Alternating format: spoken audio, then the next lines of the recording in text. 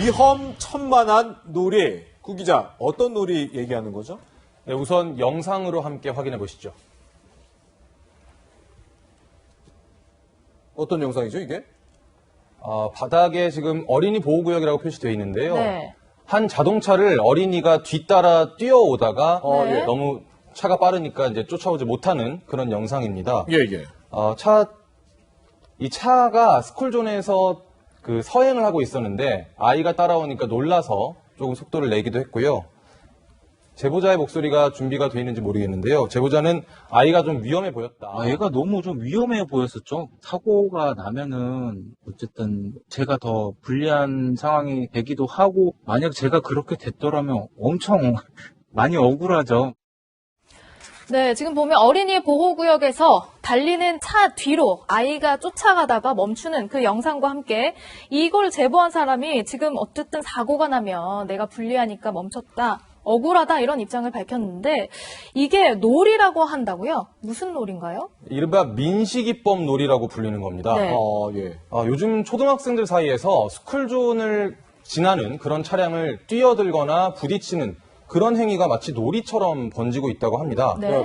일부 운전자가 이런 행위를 한 어린이에게 용돈을 주고 달랬다, 이런 소문이 돌면서 예. 아이들 사이에 일종의 현상이 된 것으로 알려졌는데요. 예. 민식이법은 모든 분들이 아시다시피 어린이 보호구역에서 발생한 교통사고에 대해서 예. 처벌을 강화한 법입니다. 예. 지난 3월에 시행이 됐고요. 이후에 일부 어린이들이 운전자를 겁주면서 놀리는 행위가 마치 놀이처럼 통용되면서 인터넷 글에서는 실제로 스쿨존을 달리는 차를 만지면 돈을 받을 수 있나요? 이런 글도 올라오기도 했습니다. 그래요? 이건가요? 지금? 예, 그렇습니다. 네. 그런데 저는 뭐 영상을 보니까 참 어린이한테도 위험하고 운전자에게도 위험한 상황이 이어지고 있는 것 같은데 방금 영상에 나온 뭐 이 건만 있는 거 아닙니까? 실제로 당했다는 사람이 꽤 있습니까? 인터넷에서 운전자들이 민식이법 놀이에 당했다, 예. 이런 글들을 많이 올리고 있습니다. 그래요? 예. 블랙박스 영상을 올리면서 제보를 하는데요. 네네. 한 유튜브 채널에서는 지난 20일 경기 부천의 스쿨존에서 어떤 아이가 일부러 차를 향해 뛰어왔다, 이런 영상이 올라왔고요. 네. 전북 군산시에서는 오르막길을 오르는데 어떤 아이가 차 쪽으로 두 팔을 벌리고 왔다 갔다 하면서 뛰었다. 사실 어떻게 들으면 굉장히 섬뜩한 위험하죠. 그런 이야기인데요. 이런 글이 인터넷에 올라오기도 했습니다. 민식이법을 악용한 것으로 의심되는 사례는 이뿐만이 아닙니다. 예. 지난 1일에 있었던 사고 모습 함께 확인해 보시죠. 네.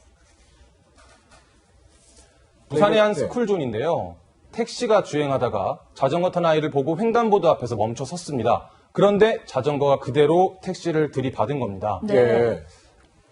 그러니까 핸들을 지금 뭐 고의로 꺾은 이런 상황으로 볼 수 있는 거예요. 주장이 첨예하게 대립되긴 하는데요. 예. 택시기사에 따르면 자전거 탄 아이를 보고 차를 멈춰 세웠는데 예. 아이가 그대로 차를 들이받자 순식간에 자신이 가해자가 됐다, 네. 이렇게 이야기를 합니다. 처음에는 치료비 명목으로 30만 원을 주려고 했는데 네네. 아이 부모가 민식이법을 언급하면서 합의금 100만 원을 요구했고 예. 결국은 경찰서까지 가서 70만 원의 합의를 받다, 이렇게 이야기를 했습니다. 예. 지금 억울하다, 민식이법 놀이에 당했다라고 주장하는 사람들은 이제 뭐 그 해당 부모나 이런 사람들이 거액의 합의금을 요구하는 등 악용하고 있다, 이렇게 주장하는 반면에 조금 전 봤던 영상에 또 부모들은 어떻게 주장하고 있습니까? 네, 사실 이 사건이 논란이 커지자 아이의 부모가 한 매체와 인터뷰를 하면서 네. 사실 부분이 좀 다른 부분이 있다, 사실관계가 다르다라는 반박을 했는데요. 네네. 보도에 따르면 아이의 어머니는 민식이법을 언급한 것은 우리가 아니고 현장에 있던 다른 어른들이다, 이렇게 이야기를 하면서 네. 택시기사가 아이의 상태를 살피지 않고 다그치기만 하니까 예. 여기는 스쿨존이고 민식이법도 있는데 너무하신 거 아니냐, 이런 취지로 응수를 했다는 겁니다. 네. 그리고 100만 원을 요구했다는 부분도 왜곡된 측면이 있다고 이야기를 했는데요. 예. 우리는 원래 보험 처리를 하자라고 이야기를 했는데 기사분이 보험 처리보다는 합의를 원했다, 이렇게 이야기를 했고요.